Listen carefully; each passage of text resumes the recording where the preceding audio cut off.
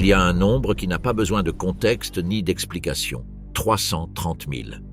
C'est le nombre de soldats que le 6e armée allemande emportait avec elle lorsqu'elle traversa le fleuve Don à l'été 1942, marchant vers une ville sur les rives de la Volga qui portait le nom de l'homme que détestait le plus Adolf Hitler. 330 000 soldats portant sur leur corps 3 ans de victoires successives, des hommes qui avaient traversé toute l'Europe sans connaître la défaite, qui avaient détruit des armées entières et capturé des centaines de milliers de prisonniers lors de manœuvres de cercle, que les manuels d'histoire étudient encore avec émerveillement. La forge d'une machine de guerre, origine et doctrine de la 6e armée. L'armée 6 a été officiellement créée en octobre 1939, à peine quelques semaines après la fin de la campagne de Pologne. Elle ne surgit pas de nulle part. Il s'agissait de la réorganisation de la 10e armée qui avait combattu sur ce premier front de la guerre, transférée à l'ouest le 10 octobre 1939 et renommée sous le commandement du général d'air infanterie Walter von Reichenau. Mais pour comprendre ce qu'était réellement cette armée, ce qui la distinguait de toute autre formation de taille similaire dans le monde à ce moment-là, il est nécessaire de remonter encore plus loin, jusqu'à la nature même de la doctrine qui l'animait et jusqu'aux hommes que cette doctrine avait produits. L'Allemagne était passée d'un effectif militaire de 100 000 hommes, la limite imposée par le traité de Versailles en 1919, à la mobilisation de millions de soldats en moins d'une décennie. Cette transformation était logistique et industrielle, mais aussi et surtout doctrinale. L'armée que Versailles avait laissée en vie, la Reichswehr de 100 000 hommes, était paradoxalement le laboratoire où furent incubées les idées qui allaient la transformer. Privés de la possibilité de disposer de chars d'assaut, d'aviation militaire et d'artillerie lourde, les officiers de la Reichswehr consacrèrent les années 1920 à étudier. Ils étudièrent la guerre qu'ils venaient de perdre, cherchèrent les raisons de l'effondrement allemand de 1918, analysèrent les expériences blindées des Britanniques et des Français et arrivèrent à des conclusions que leurs rivaux européens mirent des décennies à assimiler. Mais il y avait quelque chose de plus fondamental encore, quelque chose que l'on nommait souvent lorsque l'on décrit l'armée allemande de cette époque, la Auftragstaktik, la tactique de mission. Son histoire est plus ancienne que le XXe siècle. Ses racines se trouvent dans les réformes militaires prussiennes de la première moitié du XIXe siècle, dans la pensée de Clausewitz et dans la pratique opérative du maréchal Helmut von Moltke, le Vieil, lors des guerres de l'unification allemande. L'Auftragstaktik partait d'une prémisse que ses rivaux avaient du mal à accepter. Le champ de bataille est intrinsèquement chaotique et imprévisible, et tout plan détaillé commence à se dégrader dès qu'il entre en contact avec l'ennemi. En conséquence, la solution ne consistait pas à planifier plus en détail, mais à entraîner les officiers à tous les niveaux à agir avec initiative dans le cadre des objectifs généraux assignés. Dans l'armée allemande de 1939 à 1942, un commandant de bataillon qui identifiait une opportunité sur le champ de bataille avait non seulement l'autorité, mais aussi l'obligation d'agir en conséquence, sans attendre d'ordre d'en haut. On lui attribuait un objectif, prendre ce village, traverser ce fleuve, neutraliser cette batterie, mais pas de méthode. L'initiative était une vertu cardinale. Un commandant qui attendait des instructions détaillées lorsque la situation changeait était considéré comme un échec, quel que soit son grade. Un commandant qui agissait sans ordre mais qui identifiait correctement l'objectif supérieur et contribuait à son accomplissement était loué, même s'il avait enfreint la lettre du plan. Cette culture produisait des commandants intermédiaires capables de prendre des décisions rapides et correctes sous pression, ce qui permettait aux unités allemandes de se déplacer avec une rapidité et une coordination que leurs ennemis mirent des années à comprendre et encore plus à imiter. Le système de formation qui produisait ces officiers était tout aussi exigeant. La Kriegsakademie, l'académie de guerre, sélectionnait ses candidats par le biais d'une série d'épreuves qui duraient des mois et évaluait non seulement les connaissances tactiques et opérationnelles, mais aussi la capacité de raisonnement sous pression, la clarté de l'expression écrite, la compréhension géographique et logistique et le jugement indépendant.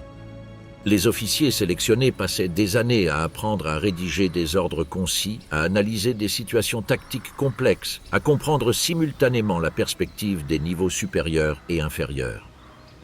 Le résultat était un corps d'officiers professionnels dont la compétence technique était, pendant la période de 1939 à 1942, sans équivalent dans le monde. La 6e armée absorba cette philosophie dès sa naissance sous von Reichenau. Walter von Reichenau était né en 1884 à Karlsruhe, fils d'un général prussien. C'était un homme qui incarnait les contradictions de l'officier allemand de cette époque, stratège brillant, technocrate militaire convaincu, athlète rigoureux. Il courait des marathons et pratiquait des sports extrêmes à un âge où ses collègues jouaient aux échecs dans le casino des officiers. Et en même temps, l'un des officiers les plus idéologiquement engagés envers le régime nazi au sein du haut commandement. Contrairement à la plupart de ses pairs aristocratiques, von Reichenau avait cultivé activement sa relation avec Hitler depuis le début des années 1930 et avait servi d'intermédiaire entre le parti et l'armée pendant les années de l'ascension au pouvoir. Son idéologie se manifesta de manière documentée dans la Schärfebefehl, l'ordre de la sévérité, qu'il émit le 10 octobre 1941 pour la 6e armée, instruisant ses hommes sur ce qu'il décrivait comme le devoir d'exterminer la menace judéo-asiatique et de considérer les commissaires politiques soviétiques comme des représentants d'une sous-humanité qui ne méritait pas la protection des lois de la guerre. Le document fut distribué sur le front de l'Est à la demande de Hitler, qui le présenta comme modèle pour les autres commandants d'armée. Ce fut l'un des premiers documents officiels dans lesquels un commandant de terrain articulait le génocide comme faisant partie de la mission militaire ordinaire. Les unités de la 6e armée remettaient les Juifs et commissaires capturés aux Einsatzgruppen et à la Feldgendarmerie, comme ce fut le cas dans la région de Kiev en septembre 1941, y compris le massacre du ravin de Babi Yar, où plus de 33 000 personnes furent tuées en 2 jours. Mais son influence tactique sur la 6e armée fut également réelle et profonde. Il instaura une culture de l'initiative chez les commandants intermédiaires, de décisions rapides, d'agressivité soutenue, qui perdurerait bien après son départ du commandement. Les officiers de la 6e armée apprirent que la lenteur était un vice et l'audace une vertu, que le momentum du combat était un atout qu'on perdait dès que l'avancée s'arrêtait, et que l'incertitude n'était jamais une excuse pour l'inaction. Cette culture serait celle qui emmènerait la 6e de la Pologne à Kiev et de Kiev aux rives de la Volga. Et ce serait aussi, dans les heures décisives du siège de Stalingrad, la culture que Paulus ne personnifiait pas et que son armée avait désespérément besoin. La structure organique que la 6e armée aurait au moment de son plus grand pouvoir se composait, en termes généraux, de 4 corps d'armée. Le 8e armée-corps, le 11e armée-corps, le 14e panzerkorps et le 50 et 1e armée-corps. Le corps le plus puissant en termes de capacité de manœuvre était le 14e Panzerkorps du général der Panzertruppe Hans Valentin Hübbe, qui regroupait les divisions blindées et motorisées, la 3e division d'infanterie motorisée, la 60e division d'infanterie motorisée, la 94e division d'infanterie, la 16e division Panzer et éventuellement des fractions de la 14e et de la 24e. Ces formations étaient le tranchant de l'armée, capable d'avancer de 40 ou 50 km en un jour sur terrain découvert, dépassant les positions ennemies et semant le chaos dans les arrières. Les corps d'infanterie apportaient la masse et la capacité de combat soutenue, sécuriser le terrain, réduire les positions défensives, éliminer les poches laissées par la cavalerie blindée. À cela s'ajoutait l'intégration avec la Luftwaffe, en particulier avec le 8. Fliegerkorps du général-lieutenant Martin Fiebig, qui attribuait des bombardiers en piqué Ju-87 Stuka et des chasseurs-bombardiers pour le soutien rapproché aux unités terrestres avec une rapidité et une efficacité que aucune autre armée au monde n'avait réussi à perfectionner. Les pilotes des Stuka qui soutenaient la 6e armée pendant les années de victoire apportèrent la guerre verticale sur le champ de bataille. Ils attaquaient l'artillerie ennemie, détruisaient des ponts sur les rivières, détruisaient des concentrations de blindés avant qu'ils n'atteignent le front. Le système de communication qui coordonnait ces attaques, avec des officiers de liaison de la Luftwaffe embarqués dans les quartiers généraux des corps terrestres, était l'épine dorsale invisible de cette puissance combinée. Tout cela, la doctrine, les hommes, la structure, l'intégration avec l'aviation, était ce qui faisait de la 6e armée quelque chose d'inédit dans l'histoire militaire allemande et, à ce moment-là, dans l'histoire militaire mondiale. C'était une machine de guerre affinée par 3 années de combats réels, par des victoires qui avaient confirmé la validité de ses principes fondateurs et par l'expérience accumulée de centaines de milliers d'hommes qui avaient appris à fonctionner ensemble sous le feu. Cette expérience accumulée, ce capital de compétences tactiques et de cohésion institutionnelle, était un atout qui ne pouvait être fabriqué dans une usine ni livré avec des renforts de remplacement. Il ne pouvait être acquis que dans le combat, et une fois perdu, il ne pouvait être récupéré. Barbarossa, la 6e armée sur le front de l'Est. Le 22 juin 1941, le long d'un front de plus de 3000 km, l'Allemagne lança l'opération la plus ambitieuse de son histoire militaire, l'invasion de l'Union soviétique. Pour cette campagne, la 6e armée fut affectée au groupe d'armées sud sous le commandement du général Feldmarschall Gerd von Rundstedt.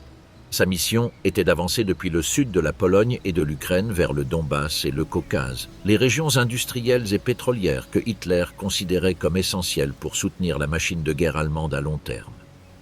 Ce qu'ils trouvèrent en franchissant la frontière soviétique ne correspondait pas à ce que beaucoup avaient imaginé, bien que ce ne fût pas pour les raisons qu'on pourrait supposer.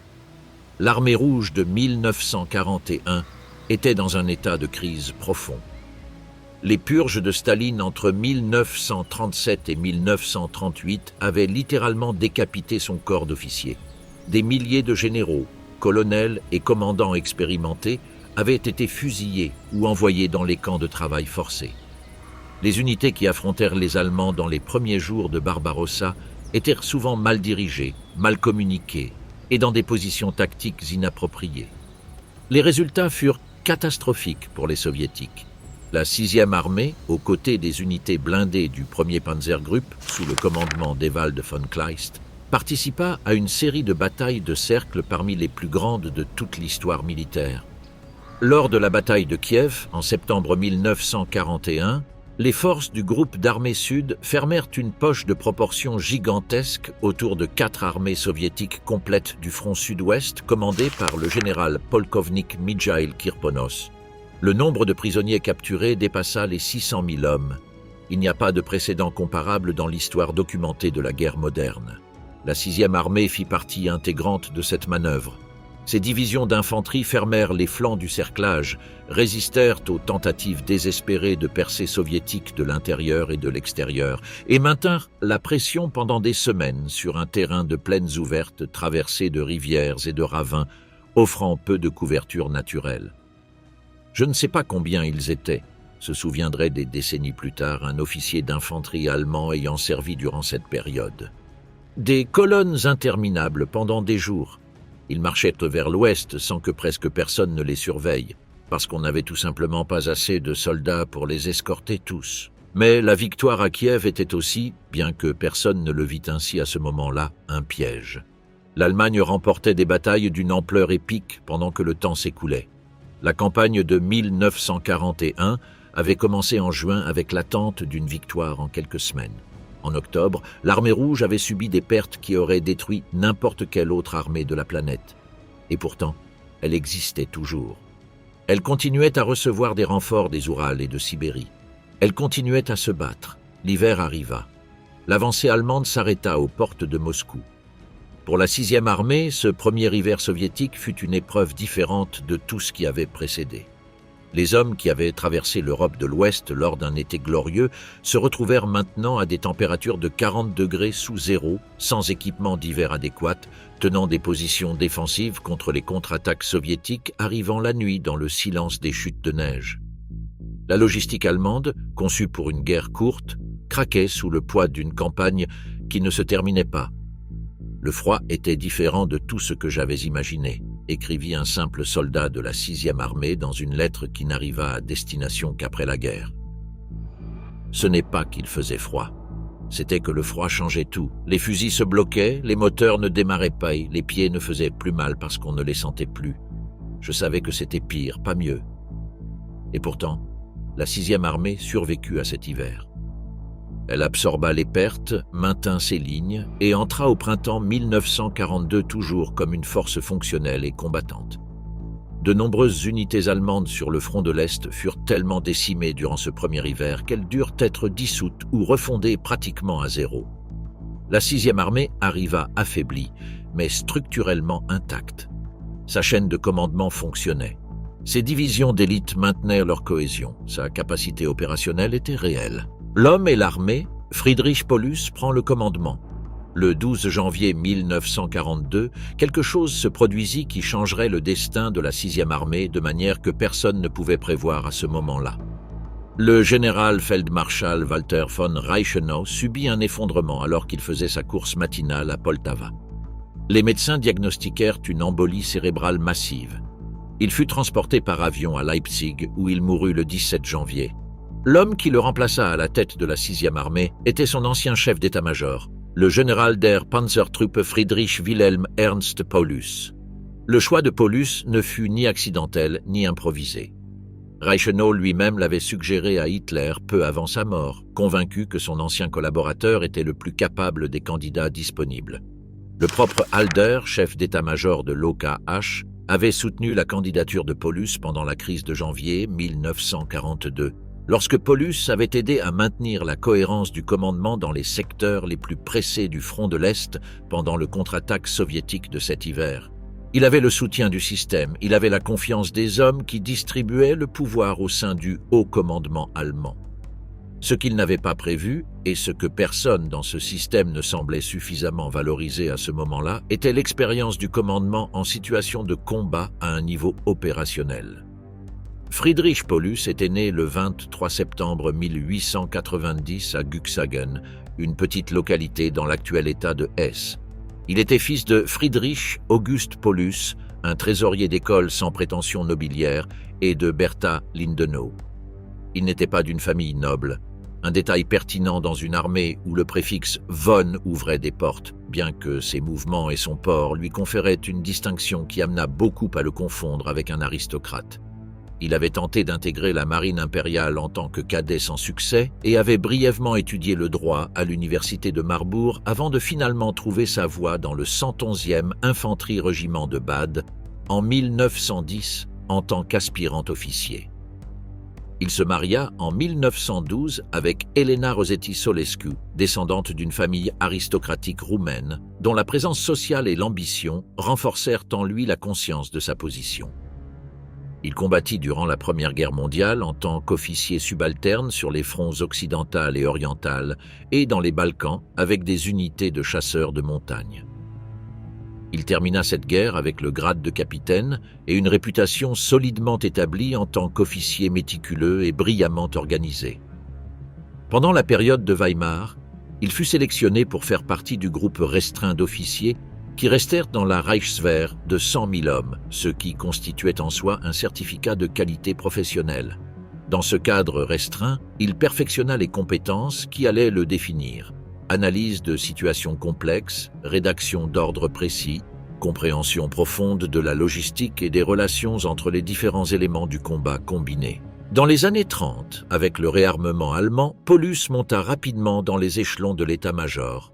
En 1935, il fut nommé chef d'état-major du Panzergruppe de Guderian, participant à ce poste au développement des principes tactiques de la force blindée allemande. En 1938, il fut promu général-major. En 1939 et 1940, en tant que sous-chef d'état-major général de l'OKH, il participa à la planification des premiers mouvements de guerre, Pologne, Norvège, France, et à la préparation initiale de Barbarossa.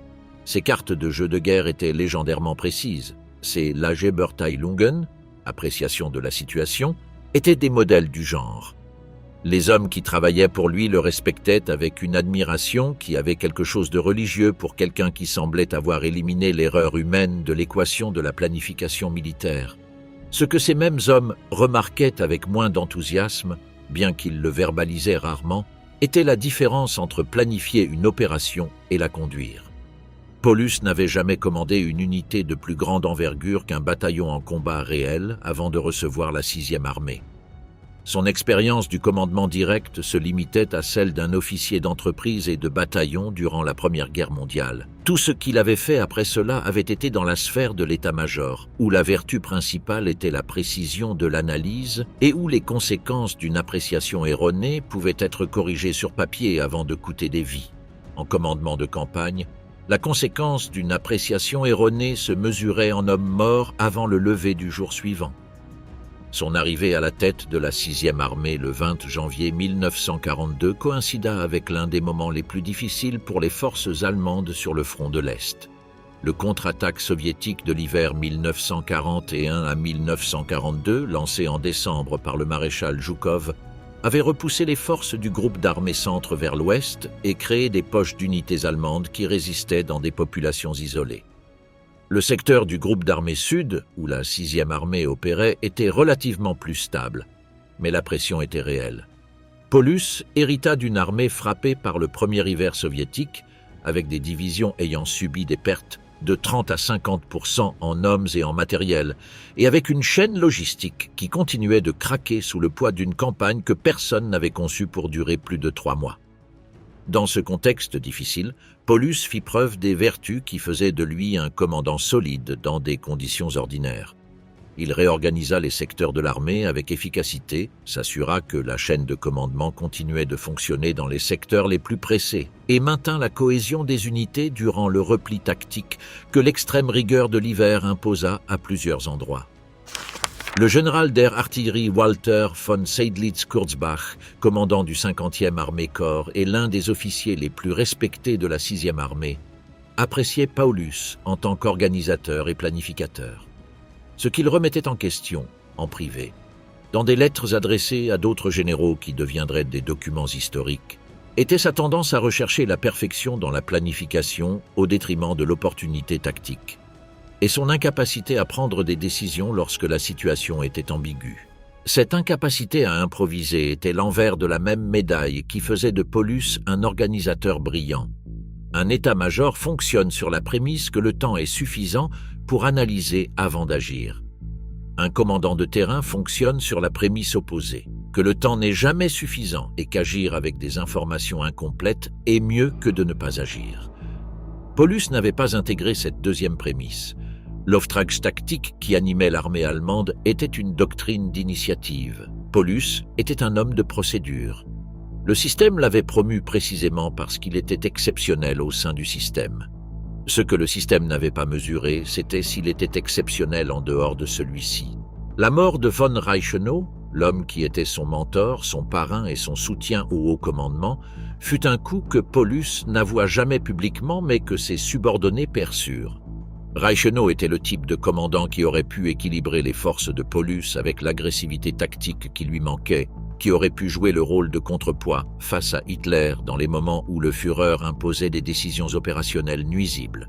Avec la mort de Reichenau, à peine 3 jours après l'arrivée de Paulus au commandement, le nouveau commandant de la 6e armée se retrouva seul, sans le réseau de relations personnelles et l'autorité institutionnelle qui aurait pu lui donner une certaine marge de manœuvre.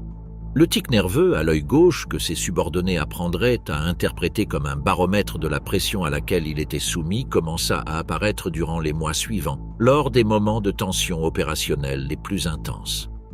À l'été 1942, il était visible pour quiconque le regardait pendant plus de quelques minutes. Cela ne l'empêchait pas d'agir, mais c'était le symptôme extérieur d'une tension interne que l'homme ne pouvait, ou ne voulait, pas verbaliser.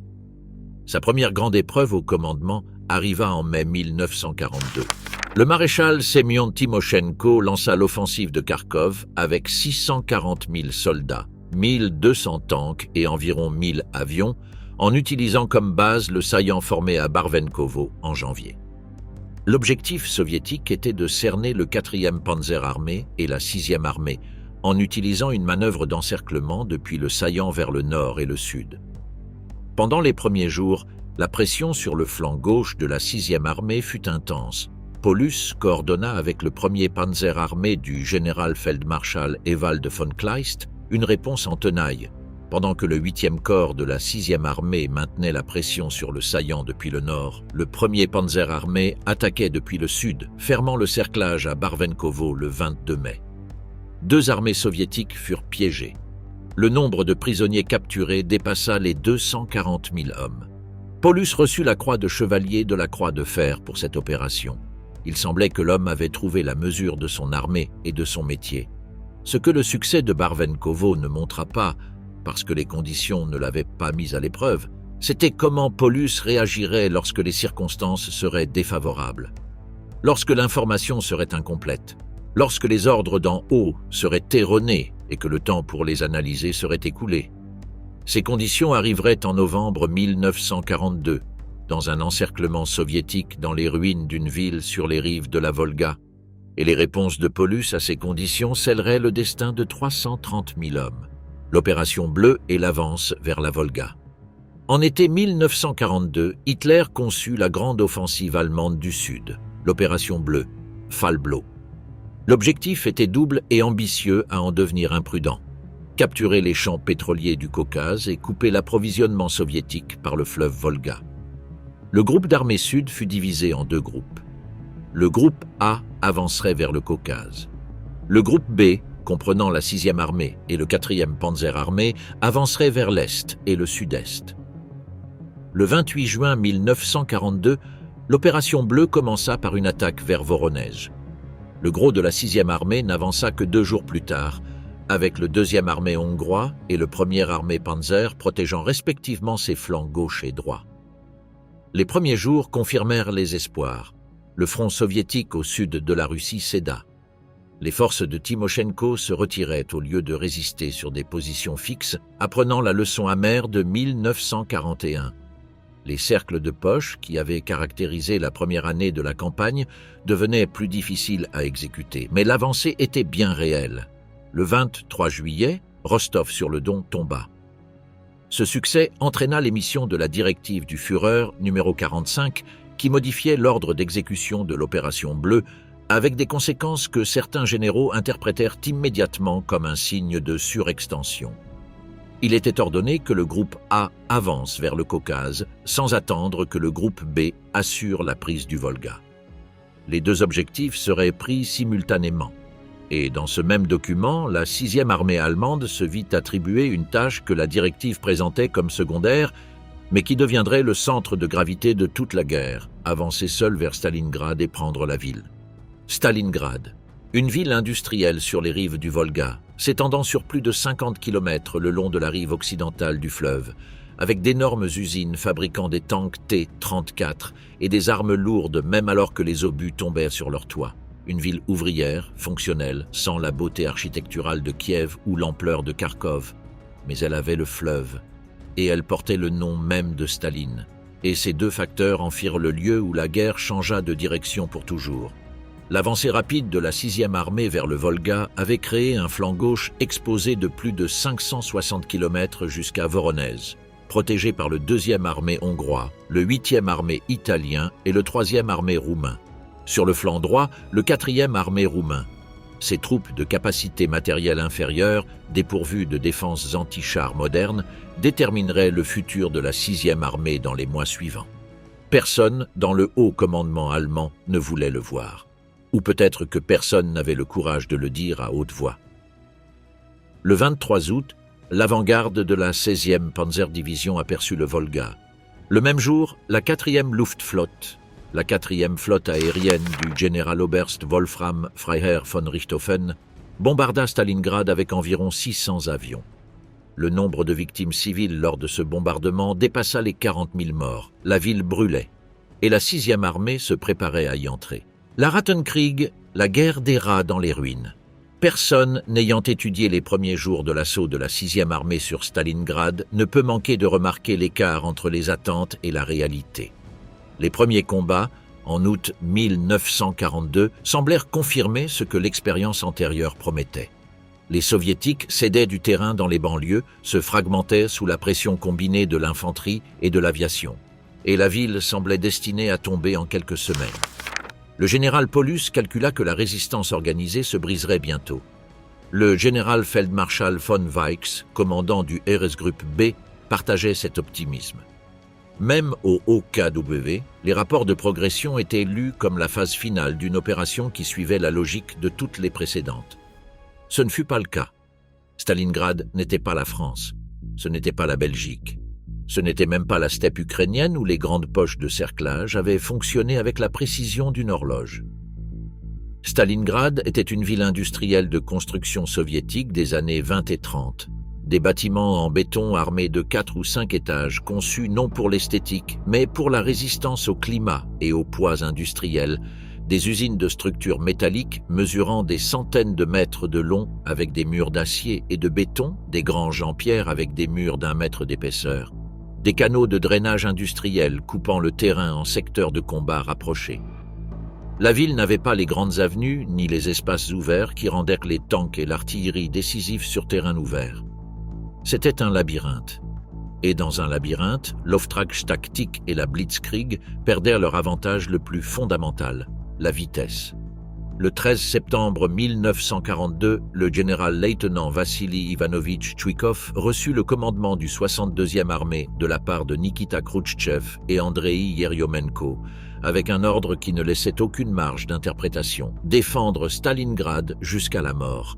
Tchouikov avait 42 ans et était dans l'armée rouge depuis ses 15 ans lorsqu'il s'était enrôlé volontairement dans la garde rouge en 1918 pendant la guerre civile. Il avait combattu pendant la guerre russo-finlandaise de 1939 à 1940 en tant que commandant d'armée, et cette expérience, en de nombreux sens un fiasco pour les forces soviétiques, l'avait formé à comprendre ce que cela signifiait combattre dans des conditions de visibilité réduite, sur un terrain restreint et face à une supériorité tactique de l'adversaire. Il était explosif dans ses relations, enclin à expulser ses subordonnés qui n'agissaient pas aussi rapidement qu'il l'exigeait et possédait une compréhension intuitive de ce qui différenciait le combat urbain de tout autre type de guerre. Tchouikov comprit quelque chose que ses adversaires mirent des semaines à accepter. La seule manière de survivre à l'intérieur de Stalingrad était de ne laisser aucun espace entre ses propres lignes et les lignes allemandes. La distance standard entre les lignes ennemies dans un combat conventionnel, typiquement entre 300 et 500 mètres, était la distance nécessaire pour que l'artillerie allemande tire en toute sécurité sans atteindre ses propres positions, et celle nécessaire pour que les Stukas identifient les objectifs et les attaquent sans risquer de frapper les troupes amies. Si les défenseurs soviétiques se rapprochaient suffisamment des attaquants, cette artillerie et cette aviation perdaient leur utilité. Bombarder l'ennemi signifiait se bombarder soi-même. Tchouikov appela cela « embrasser l'ennemi ». Ces hommes l'exercèrent avec une férocité qui n'avait pas de nom dans aucun manuel de tactique. La mise en pratique de cette tactique transforma le champ de bataille en quelque chose que les Allemands n'avaient jamais rencontré. Les sapeurs soviétiques transformaient chaque bâtiment en une forteresse indépendante. Ils démolissaient les escaliers intérieurs pour empêcher les déplacements verticaux, bloquaient les portes avec des débris, ouvraient des meurtrières dans les murs séparant les appartements pour créer des réseaux de tir couvrant les couloirs et les cours intérieures. Les tireurs d'élite opéraient simultanément depuis des positions aux étages supérieurs et dans les sous-sols, maintenant les attaquants allemands dans un état d'alerte permanent qui épuisait leur concentration et consommait l'énergie psychologique des soldats avec une efficacité qu'aucune attaque frontale ne pouvait égaler. Les ingénieurs d'assaut allemands, les pionnières, qui entraient dans un bâtiment ne savaient jamais s'il était complètement nettoyé ou s'il y avait encore des soviétiques vivant à l'étage inférieur, sur le toit ou derrière le mur qu'ils venaient de franchir. Ce même 13 septembre, les divisions d'infanterie 71e, 76e et 295e allemandes avancèrent vers le centre de la ville, défendues à ce moment par environ 20 000 hommes de Tchouikov. La 71e division arriva au centre de la ville et captura la gare principale. Mais une contre-attaque de la 13e division de fusiliers de la garde, dirigée par le général-major Alexandre Rodimtsev, qui avait traversé le Volga en barque sous le feu allemand la nuit précédente, préserva le débarcadère central, le point vital pour maintenir l'écoulement des renforts et des fournitures depuis la rive est du fleuve. De cette division soviétique, seulement 320 hommes sur les 10 000 initiaux survécurent à toute la bataille. Mais le débarcadère resta. Le contrôle du Volga était le cœur de la stratégie défensive soviétique. La rive est du fleuve resta aux mains soviétiques pendant toute la bataille, et de cette rive arrivaient nuit après nuit les renforts, les munitions, la nourriture et les médecins qui maintenaient le 62e armée en vie. Les ferryboats traversaient sous le feu de l'artillerie et de l'aviation allemande. Beaucoup coulèrent. Ceux qui arrivaient déchargeaient sous le feu et repartaient avec des blessés. Le fleuve, en septembre et octobre, avait des températures qui tuaient en quelques minutes ceux qui tombaient à l'eau. Les barges naviguaient entre les blocs de glace qui commençaient à se former en novembre. Le pont logistique sur le Volga était fragile, intermittent et coûteux en vie, mais il ne se rompit jamais complètement. L'armée du 6e saigna en septembre et octobre. Les divisions qui étaient entrées dans la bataille avec des milliers d'hommes chacune furent réduites à des squelettes numériques, mais souvent plus meurtrières à cause de cela, car ceux qui survécurent étaient les plus expérimentés et les plus adaptés à ce type de combat spécifique dans cette ville. Les chiffres du 14e Panzerkorps sont révélateurs. À la fin du mois de septembre, la 16e division Panzer, l'une des unités d'élite du 6e qui était arrivée au Volga en août, comptait moins de 2000 combattants effectifs. La 24e division Panzer, une autre des joyaux du 6e, avait perdu plus de 60% de ses officiers depuis le début des combats dans la ville. Certains régiments combattaient avec moins de 100 soldats effectifs, l'équivalent d'une compagnie nominale.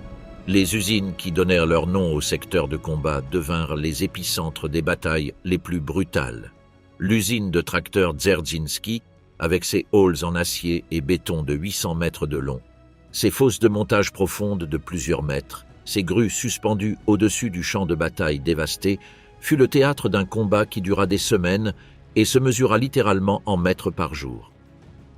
L'usine de canon Barikadi, où les Soviétiques avaient produit de l'artillerie jusqu'à quelques jours avant l'arrivée des Allemands, était un complexe de halls industriels que les défenseurs avaient transformé en une forteresse de béton et d'acier, nécessitant un effort colossal pour être pris pièce par pièce. L'usine d'acier d'Octobre Rouge, dans le secteur nord, était un ensemble de fours de fonderie, de magasins et de bureaux administratifs qui changeaient de main dans certains secteurs plusieurs fois dans la même journée. À l'intérieur de l'usine, c'était différent, écrivit un caporal allemand qui servit dans les combats pour Barikadi. Dehors, il y avait du ciel, même s'il était gris.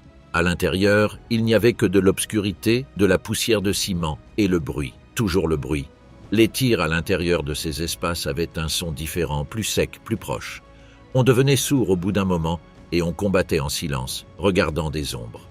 Le 14 octobre 1942, Paulus lança ce qui serait l'assaut le plus concentré de toute la bataille. 5 divisions complètes. La 14e division Panzer, les divisions d'infanterie 305e et 389e, la 100e division de chasseurs et la 60e division d'infanterie motorisée, avec plus de 90 000 hommes et 300 tanks concentrés sur un front de 4 km, avec un soutien massif de la Luftwaffe qui effectua plus de 3000 sorties de combat lors des journées les plus intenses. L'objectif était l'usine de tracteurs et la zone industrielle environnante. Dans les premières heures, le poids écrasant de ce coup détruisit plusieurs bataillons soviétiques. La 14e division Panzer brisa les lignes de la 37e division de garde et avança vers le nord-est, atteignant le bord de l'usine et coupant le 62e armée en 2 secteurs. Un moment, il semblait que la résistance allait finalement s'effondrer.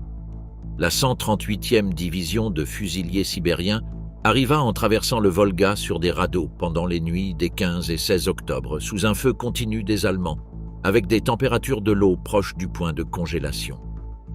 Chaque homme qui traversait ce fleuve savait que les chances que la barque soit coulée avant d'atteindre la rive étaient réelles et calculables. Ils traversèrent quand même. Cette division, et les unités de renfort qui suivirent dans les jours suivants, injectèrent exactement la capacité de résistance nécessaire pour ne pas s'effondrer. Les Allemands prirent l'usine de tracteurs, ils prirent la majeure partie de Barikadi. Ils occupèrent la moitié de l'usine d'Octobre Rouge, mais le 62e armée survécut. Fin octobre 1942, l'état de la 6e armée était celui d'une force qui avait gagné presque tout le terrain disponible et avait consommé une partie irremplaçable de son potentiel de combat dans le processus.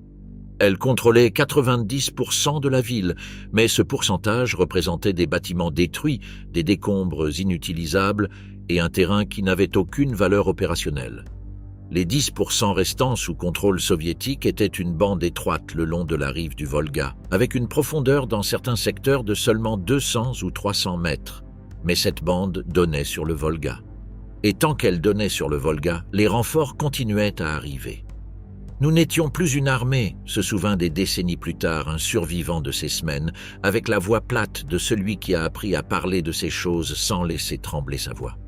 Nous étions de petits groupes, 4 hommes ici, 8 là. Chaque bâtiment était un monde séparé. Tu ne savais pas ce qui se passait à 50 mètres de toi.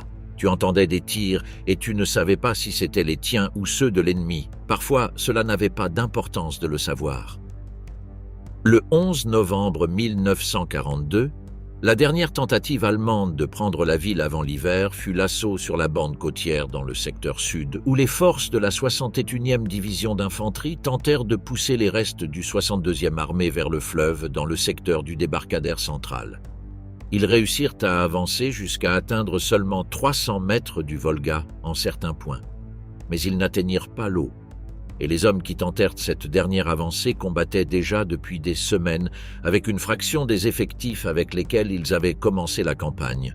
Au même moment, à des centaines de kilomètres au nord et au sud du Volga, l'armée rouge finissait de concentrer secrètement les forces qui rendraient tout cela irrélevant. Le temps que la 6e armée avait consommé à l'intérieur de la ville, chaque jour de combat urbain, chaque bataillon décimé, chaque tank perdu dans les couloirs d'une usine qui ne valait pas un tank, avait aussi été le temps dont Vassilevski et Djoukov avaient trop besoin pour préparer ce qui allait venir le 19 novembre. La piège se ferme, opération Uranus. Le 13 septembre 1942, tandis que la 6e armée commençait à pénétrer à l'intérieur de Stalingrad, un plan différent fut présenté à Staline à Moscou. Pas un renforcement de la défense de la ville, mais un encerclement de l'attaquant. Ses auteurs étaient le général de l'armée Georgi Djoukov et le général-colonel Alexandre Vassilevski, chef d'état-major général soviétique. Le concept était d'une élégance brutale. Ne pas essayer de vaincre la 6e armée à l'intérieur de Stalingrad, mais de l'encercler de l'extérieur.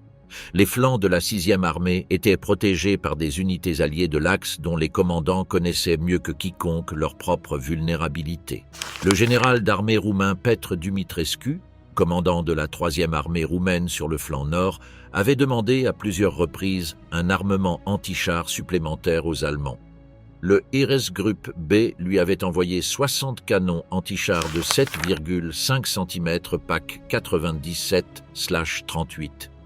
Dumitrescu répondit que ce n'était pas suffisant. Ce n'était pas suffisant. Les soviétiques le savaient. La maskirovka, l'escroquerie et le camouflage fut exécuté avec une minutie que les Allemands n'avaient jamais vue jusque-là. Pendant des semaines, d'énormes masses d'infanterie, de tanks et d'artillerie furent concentrés secrètement au nord et au sud de Stalingrad, dans les secteurs défendus par les Roumains. Les mouvements étaient réalisés uniquement de nuit. Les trains avançaient sans lumière. Le colonel Reinhard Gehlen, chef du renseignement du Fremde Heere Ost, armées étrangères Est, avait détecté des signes de concentration sur les ponts du Don en face de la 3e armée roumaine, mais écartait la menace comme étant limitée. Les 9 divisions Panzer que l'OKH maintenait en réserve stratégique ne furent pas envoyées vers le sud. Elles restèrent face à l'éperon de Rzhev, où Gehlen pensait que le coup principal se produirait. Le 19 novembre 1942, à 7h30 du matin, avec une température de plusieurs degrés en dessous de zéro et une brume épaisse qui limitait la visibilité à 200 mètres, les fronts sud-ouest et du Don commencèrent une préparation d'artillerie de 80 minutes. Environ 3500 canons soviétiques ouvrirent le feu. La brume et la neige empêchaient les observateurs avancés d'ajuster les tirs, de sorte que l'artillerie tira simplement sur des positions connues ou estimées. Les dégâts infligés à la 3e armée roumaine furent réels, mais non dévastateurs. Ce qui les détruisit fut ce qui arriva ensuite. La 5e armée de tanks du général-lieutenant Prokofy Romanenko avança en 4 groupes de choc. La 47e division de fusiliers de la garde, soutenue par 64 tanks, écrasa la 14e division d'infanterie roumaine. La 50e division de fusiliers de la garde, avec 74 tanks, fit s'effondrer la 5e division d'infanterie roumaine. Vers midi, les brigades de tanks du 1er corps de tanks et du 26e corps de tanks commençaient à circuler à travers les brèches du front roumain. L'apparition soudaine de près de 200 tanks provoqua l'effondrement complet de la 14e division d'infanterie roumaine. Le centre de l'armée roumaine se désintégra. Le 20 novembre, le front de Stalingrad lança son propre bras de l'encerclement depuis le sud, avec l'armée 51 du général-major Nikolai Troufanov et l'armée 57 du général-major Fedor Tolbougine attaquant le flanc droit de la 4e armée Panzer. Les faibles divisions roumaines du 6e corps s'effondrèrent rapidement. Tolbougine engagea le 4e corps mécanisé du général-major Vassili Volski, qui avança vers l'ouest face à une résistance minimale. Le 22 novembre, le podpolkovnik Georgi N. Filipov conduisit une colonne de 5 tanks T-34, 2 compagnies de fusiliers motorisés dans des camions, 5 véhicules blindés et 3 véhicules allemands capturés vers le pont-ponton sur le Don à Berezovski, au nord-ouest de Kalak. Faisant semblant d'être une colonne allemande, Filipov arriva au pont avant l'aube. Les gardes, une unité de police militaire, un canon anti-aérien de 8,8 cm et le personnel d'une école d'ingénieurs ne reconnurent pas la tromperie jusqu'à ce que les soldats soviétiques soient déjà sur le pont. Le canon de 8,8 cm détruisit 2 T-34 avant d'être neutralisé. Le pont fut capturé intact. Filipov établit un périmètre défensif et attendit pendant 11 heures, seul avec sa petite force jusqu'à l'arrivée des renforts. Il fut décoré du titre de héros de l'Union soviétique. Le 23 novembre 1942, les bras de l'encerclement soviétique se refermèrent à l'est de Kalak.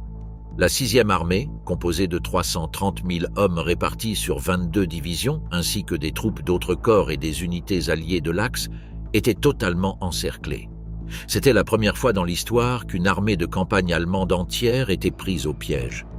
Plus de 30 000 soldats de l'Axe s'échappèrent vers le sud avant que les tenailles ne se referment complètement. À l'intérieur du Kessel, la chaudière, comme les Allemands appelaient le piège, restait environ 284 000 hommes, la forteresse de papier, l'encerclement et le pont aérien. La réaction initiale à l'intérieur du Kessel fut l'incrédulité. De nombreux officiers et soldats ne comprirent pas immédiatement l'ampleur de ce qui s'était passé. Les communications étaient confuses, les rapports contradictoires. Mais ceux qui comprirent rapidement, les commandants des divisions les plus expérimentés, les officiers d'état-major qui connaissaient les cartes et les chiffres, ressentirent quelque chose que très peu décrivirent dans leurs journaux avec le mot juste. Le mot était désespoir. Quand j'ai su que l'encerclement était réel, que ce n'était pas un mouvement temporaire de l'ennemi, mais un piège qui se refermait, je suis resté à regarder la carte pendant longtemps, écrivit un lieutenant-colonel dont le nom ne dépassa pas la guerre. Je n'ai pas pensé à l'Allemagne, je n'ai pas pensé à ma famille. J'ai pensé aux hommes qui dormaient à 100 mètres de là où je me tenais, qui ne savaient pas encore ce que je savais déjà. Paulus demanda immédiatement la permission de tenter une rupture vers l'ouest, avant que l'encerclement ne se consolide. Dans la nuit du 23 novembre, à 23h45, il envoya un message radio à l'OKW demandant la liberté d'action, euphémisme pour obtenir la permission de briser l'encerclement. La réponse d'Hitler le lendemain fut sans équivoque. La 6e armée resterait à sa position, serait ravitaillée par pont aérien et attendrait que von Manstein brise l'encerclement de l'extérieur. La promesse du pont aérien avait un architecte involontaire, le Reichsmarschall Hermann Göring, commandant de la Luftwaffe, qui avait assuré à Hitler que sa force aérienne pouvait ravitailler la 6e armée par avion. Il le fit sans consulter les experts techniques, s'appuyant sur le précédent de l'encerclement de Demiansk l'hiver précédent, où la Luftwaffe avait ravitaillé 6 divisions encerclées, 96 000 hommes, avec une moyenne quotidienne de 300 tonnes pendant 3 mois. Mais la comparaison était fallacieuse. La 6e armée était plus de 3 fois plus grande que la force encerclée à Demiansk. Ses quartiers généraux calculaient qu'elle avait besoin d'au moins 750 tonnes par jour pour fonctionner. Le général-lieutenant Martin Fiebig, commandant du 8e Fliegerkorps, avait déjà dit à Paulus le 21 novembre que la Luftwaffe n'avait pas les moyens de ravitailler la 6e armée par voie aérienne. Lorsque le pont aérien débuta le 24 novembre, Fiebig n'avait que 25 Ju-52 opérationnels sur le théâtre, chacun capable de transporter environ 2 tonnes. Le premier jour du pont aérien livra 86 tonnes. Les 5 premiers jours totalisèrent 269 tonnes. Les températures dans la région de Stalingrad en novembre et décembre 1942 variaient entre 0 et moins 10 degrés Celsius pendant la journée, descendant jusqu'à moins 35 durant les nuits les plus froides. L'aérodrome de Pitomnik, à l'intérieur du Kessel, commença à recevoir les vols. Celui de Tatsinskaya, à 237 km, fut désigné comme base principale du pont aérien. l'armée à l'intérieur du Kessel commença à rationner ses provisions. Les rations quotidiennes de pain furent réduites d'abord à 400 grammes, puis à 200. Les 25 000 chevaux des unités d'artillerie que les soldats avaient besoin pour déplacer les pièces d'artillerie à travers le terrain enneigé furent sacrifiés pour être mangés. Lorsque les chevaux furent épuisés, on mangea ce qui restait. Sur les 58 000 auxiliaires soviétiques, les Iwi, des prisonniers qui avaient accepté de servir de main-d'œuvre et de soutien logistique à l'armée allemande, plus de 19 000 restèrent dans le Kessel et certains combattirent aux côtés des unités allemandes. Les 3 500 prisonniers soviétiques que les Allemands détenaient dans 2 camps de détention à l'intérieur du Kessel survécurent dans des conditions encore plus horribles. Sur ce total, on estime que moins de 20 survécurent. Le 9 décembre 1942, le général Kurt Zeitzler, récemment nommé chef de l'état-major de l'OKH, commença à consommer les mêmes rations quotidiennes de calories que les soldats piégés à Stalingrad, dans une tentative de persuader Hitler de l'urgence de la situation.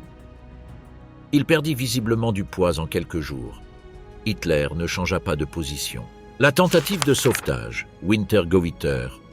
Le général-feldmarschall Erich von Manstein arriva à Novocherkassk le 26 novembre et activa le Heeresgruppe Don. Il disposait de peu de forces, mais celles qui arrivaient étaient de première qualité. Le général-major Erhard Rauss amena la 6e Panzerdivision de France avec 150 tanks opérationnels. La 23e Panzerdivision arriva du Caucase, bien que ses ressources fussent limitées. La 17e Panzerdivision, avec à peine 57 tanks, fut promise, mais tarda à arriver. Le 12 décembre 1942, à 6h30 du matin, Hoth lança l'opération Wintergewitter, tempête d'hiver. Le ciel était dégagé, la visibilité était excellente. La 6e Panzerdivision, avec 141 tanks, fut le Schwerpunkt, la pointe de lance, avançant vers le nord le long de la voie ferrée. Le premier jour fut encourageant. Hoth avança d'environ 20 km et dévasta des divisions de fusiliers soviétiques. La Luftwaffe put fournir un soutien en appui rapproché avec des vols de Stuka. Mais à partir du 13 décembre, le général-major Vassili Volski engagea le 4e corps mécanisé dans des positions défensives autour de Verkhney-Kumsky. Ce qui suivit fut une bataille de 5 jours qui consomma le temps que von Manstein n'avait pas. Le 4e corps mécanisé subit des pertes énormes, plus de 5 500 blessés et environ 70 tanks, mais sa résistance fut brillante. Elle permit aux 2e armée de garde du général-lieutenant Rodion Malinovski d'atteindre la rivière Mishkova et de former une ligne défensive solide avec 5 divisions de fusiliers fraîches. Le 19 décembre, la 6e Panzer Division franchit enfin la Mishkova et captura un pont intact à Vassilvievka. Elle était à 48 km du périmètre sud du Kessel. C'était le point le plus proche que le sauvetage ait atteint. Von Manstein envoya un message radio à Paulus cette même nuit, lui ordonnant de commencer la rupture vers le sud. Le nom de code était Donnerschlag, tonnerre. Le général Hans Valentin Hüb disposait d'au moins 60 panzers opérationnels et avait commencé à concentrer le 14e Panzerkorps dans l'angle sud-ouest du Kessel. La distance à parcourir était d'environ 50 km. C'était risqué, mais c'était possible. Paulus n'ordonna pas la rupture. La décision, ou la non-décision, de Paulus à ces heures-là est l'un des débats les plus étudiés de l'histoire militaire de la Seconde Guerre mondiale. Ses défenseurs soulignent qu'Hitler avait expressément refusé l'autorisation d'un retrait. Ses critiques soulignent qu'à ce moment-là, von Manstein lui donnait implicitement la permission et que certains commandants allemands, dans des situations similaires, avaient agi sans attendre l'autorisation formelle d'Hitler. Le propre général der Artillerie Walter von Seydlitz-Kurzbach, commandant du 50e Armée-Corps à l'intérieur du Kessel, avait tenté de forcer la situation le 23 novembre en émettant de son propre chef des ordres de préparation pour une rupture. Paulus toléra cet acte d'insubordination sans conséquence. Ce que Paulus croyait, avec une sincérité que ses mémoires ultérieures n'ont pas cachée, c'était que la 6e armée n'avait pas le carburant ni la capacité de combat pour survivre à 50 km d'avance en terrain découvert durant l'hiver, abandonnant toute son artillerie lourde. Il pensait que la plupart des hommes qui survivraient à la tentative de rupture arriveraient de l'autre côté sans équipement, sans organisation et sans possibilité d'être reconsolidés en une force combative. Il avait peut-être raison, mais ne pas tenter la rupture signifiait que tous mourraient. Le 23 décembre, von Manstein reconnut la réalité. La 6e Panzerdivision fut retirée de l'éperon de la Mishkova pour soutenir le front du Shir, qui s'effondrait sous l'impact de l'opération Petit Saturne. Le 24 décembre, l'armée rouge lança son offensive de Kotelnikovo avec le 2e armée de garde et le 7e corps de Panzer du général Rotmistrov. Les forces de Hoth, déjà décimées, se replièrent. Kotelnikovo fut capturé le 29 décembre. Il n'y aurait pas de sauvetage. Le Petit Saturne et l'effondrement des flancs. Tandis que l'opération Wintergewitter avançait et échouait face à la Mishkova, un autre élément du plan soviétique se développait sur le flanc nord. L'opération Petit Saturne, une version réduite de l'opération Saturne originale conçue par les planificateurs du Stavka, lança le 16 décembre 1942 deux armées soviétiques contre le 8e armée italienne du général Italo Gariboldi, qui défendait un secteur de 125 km le long du Don. L'8e armée italienne se composait de 10 divisions d'infanterie réparties sur 3 corps. Le 2e, le 35e et le corps alpin, ainsi que de la 298e division allemande d'infanterie. Le seul blindé disponible comme réserve pour les Italiens était une formation provisoire appelée 27e Panzer Division, qui n'était en réalité guère plus qu'un groupe de combat de taille régimentaire avec 65 tanks, pour la plupart obsolètes. Vatutin commença l'opération à 8 heures le 16 décembre avec une préparation d'artillerie de 90 minutes, qui fut pratiquement inefficace en raison du brouillard dense. Le premier jour ne produisit pas de rupture décisive, mais le deuxième jour, le 17 décembre, le 17e corps de Panzers fut introduit dans la brèche entre les divisions italiennes Cosseria et Ravenna. La défense céda. Le 25e corps de Panzer du général Pavlov et le 24e corps de Panzer du général Vassili Badanov pénétrèrent dans l'espace ouvert. Le 24 décembre, le 24e corps de Panzers de Badanov, avec 58 tanks opérationnels, sous un ciel où les Stuka allemands attaquaient sans relâche depuis des jours, arriva à l'aérodrome de Tatsinskaya. L'aérodrome était rempli de près de 200 avions de transport. Le personnel de la Luftwaffe fut pris totalement par surprise. Les premiers obus soviétiques déclenchèrent la panique. Les avions commencèrent à décoller dans des conditions d'urgence, certains sans piste dégagée. Plus de 50 avions furent détruits au sol. Les dépôts de ravitaillement accumulés pour le pont aérien brûlèrent. Le pont aérien vers Stalingrad fut gravement endommagé. Badanov informa sa position à Vatutin. Il avait accompli sa mission, mais ses tanks étaient sans carburant et sans munitions. Vatutin n'avait pas les moyens de le ravitailler immédiatement.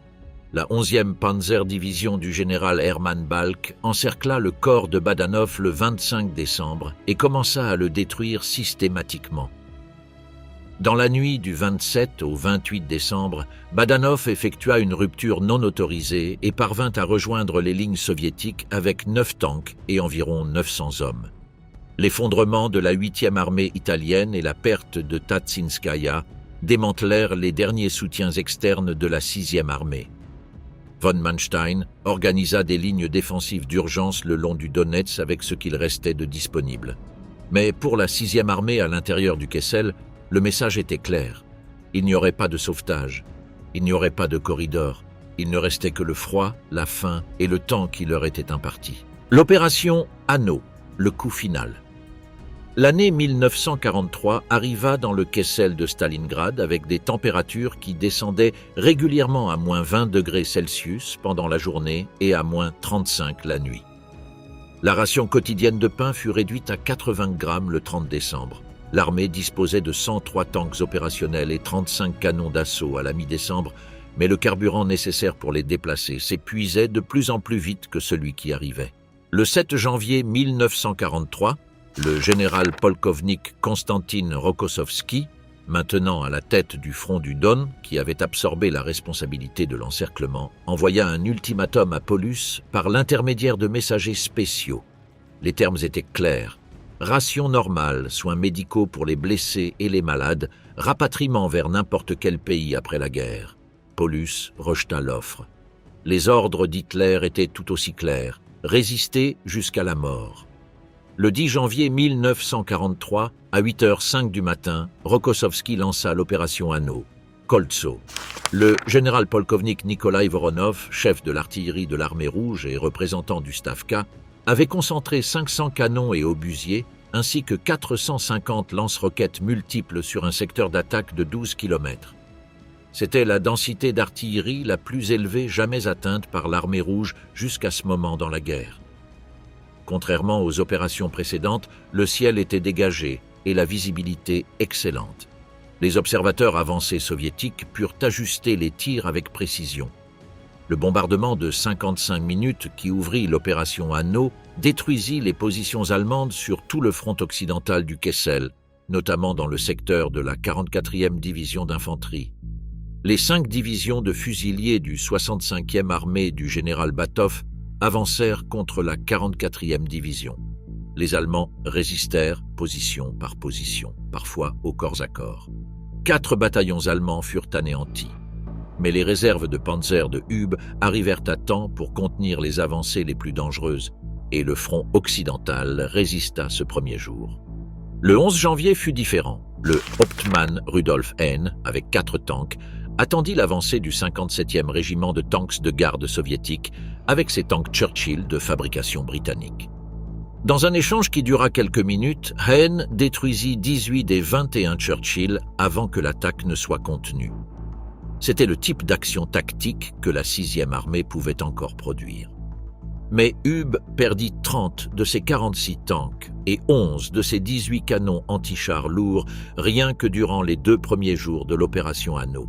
Le 16 janvier, la 51e division de fusiliers de la garde captura l'aérodrome de Pitomnik. La 6e armée perdit son principal terrain d'atterrissage. La Luftwaffe fut contrainte de retirer ses chasseurs d'escorte. Les vols de transport continuèrent sans protection vers l'aérodrome secondaire de Gumrak. Le 23 janvier, Gumrak tomba également. Le dernier vol allemand quitta le Kessel à 10h45 ce matin-là. À partir de ce moment-là, l'approvisionnement dépendait exclusivement des largages en parachute qui tombaient pour la plupart sur le terrain soviétique. Rokossovski fit une pause le 17 janvier pour réapprovisionner en munitions et réorganiser ses unités. Le front du Don avait subi environ 26 000 pertes en une semaine de combat et avait perdu la moitié de ses blindés. La pause coûta à l'offensive soviétique un peu d'élan, mais le résultat final ne faisait plus de doute. Le 21 janvier, l'offensive reprit. 4 divisions de fusiliers du 65e armée et tout l'armement disponible frappèrent la ligne allemande autour de Baburkin. La 44e division d'infanterie, déjà réduite à un tiers de ses effectifs, ne put résister. Le front occidental du Kessel commença à se désintégrer. Le 26 janvier 1943, à 11h, le 21e armée du général-major Chistiakov perça les restes du 8e armée-corps et rejoignit le 62e armée de Tchouikov au Mamaïev-Kourgan. Le Kessel fut coupé en 2. Le 11e armée-corps de Strecker resta isolé au nord, dans les ruines de l'usine de tracteurs et de Barikadi. Le gros du reste de la 6e armée, y compris Paulus et son état-major, resta dans le secteur sud, autour des magasins Univermag au centre de la ville. Le 30 janvier 1943, le 10e anniversaire de l'arrivée d'Hitler au pouvoir, Friedrich Paulus fut promu Generalfeldmarschall par radio. C'était simultanément un honneur et un ordre implicite de suicide. Aucun maréchal de campo allemand n'avait jamais été capturé. Paulus déclara à un subordonné qui enregistra ses paroles « Je n'ai pas l'intention de me tirer une balle pour ce petit caporal bohémien », en référence à Hitler. Il choisit la reddition. La fin, capitulation et captivité. Le matin du 31 janvier 1943. Le bâtiment des entrepôts Univermag, dans le centre-sud de Stalingrad, était le dernier quartier général de Friedrich Paulus. Dans le sous-sol de ce bâtiment, parmi les matelas, les papiers éparpillés et l'odeur âcre des blessés, le général-feldmarschall récemment promu attendait la fin. Des soldats de la 38e brigade de fusiliers motorisés du 64e armée du général Mijaïl Choumilov encerclèrent le bâtiment. À 7h15 du matin, Paulus et son état-major sortirent à découvert et se rendirent. Au nord du Kessel, le général Karl Strecker refusa initialement de se rendre. Son 11e armée-corps, environ 50 000 hommes dispersés dans les restes de 7 divisions, retranchés dans les ruines de l'usine de tracteurs et de barricadis, résista encore 2 jours. Le 1er février 1943, à 8h30 du matin, le front du Don lança l'assaut final avec les 65e et 66e armées, précédé d'un bombardement d'artillerie de 90 minutes. Le 16e armée aérienne bombarda les positions allemandes avec toute sa capacité disponible. Le front nord et occidental du Bolson fut anéanti. Environ 4000 Allemands moururent ou furent blessés lors de l'assaut final. Plus de 20 000 furent capturés. Les subordonnés de Strecker entamèrent des négociations de reddition sans son autorisation. Le 2 février 1943, à 7h du matin, Strecker accepta finalement de se rendre. À 9h20 du matin, le Heeresgruppe Don reçut le dernier message de Stalingrad. La résistance était terminée. La 6e armée avait cessé d'exister. Des 284 000 hommes piégés dans le Kessel le 23 novembre, environ 150 000 étaient morts pendant l'encerclement dans les combats, du froid, de la faim ou des maladies. Les Soviétiques affirmèrent avoir capturé 91 000 prisonniers. D'autres estimations suggèrent que ce nombre pourrait avoir atteint 107 800, y compris environ 700 Croates et environ 3 000 Roumains. Parmi ces prisonniers, la plupart moururent dans les mois suivants lors des marches vers les camps et dans les conditions mêmes des camps. Beaucoup furent envoyés au camp Pokrovski numéro 127, près de Saratov. Sur les 8007 prisonniers envoyés là-bas, 1526 moururent en chemin et 4663 autres dans les 6 premières semaines d'arrivée. D'autres furent envoyés au camp Beketovka, numéro 108, où ils furent employés à nettoyer les décombres du champ de bataille. Les officiers furent répartis dans 3 camps. Oranki, numéro 74, Yelabuga, numéro 97 et Krasnogorsk, numéro 27, où ils furent interrogés et certains jugés pour crimes de guerre. Certains prisonniers handicapés furent libérés en 1947 et 1948. La majorité ne fut libérée qu'après la mort de Staline en 1953. Seuls environ 6 000 des prisonniers capturés à Stalingrad revinrent un jour en Allemagne. Le dernier groupe le fit en 1955, 12 ans après la reddition. « Je n'avais plus peur de mourir », écrivit un soldat allemand sur un morceau de papier retrouvé de nombreuses années plus tard parmi les décombres de la ville. « J'avais peur de mourir seul, sans que personne ne sache mon nom.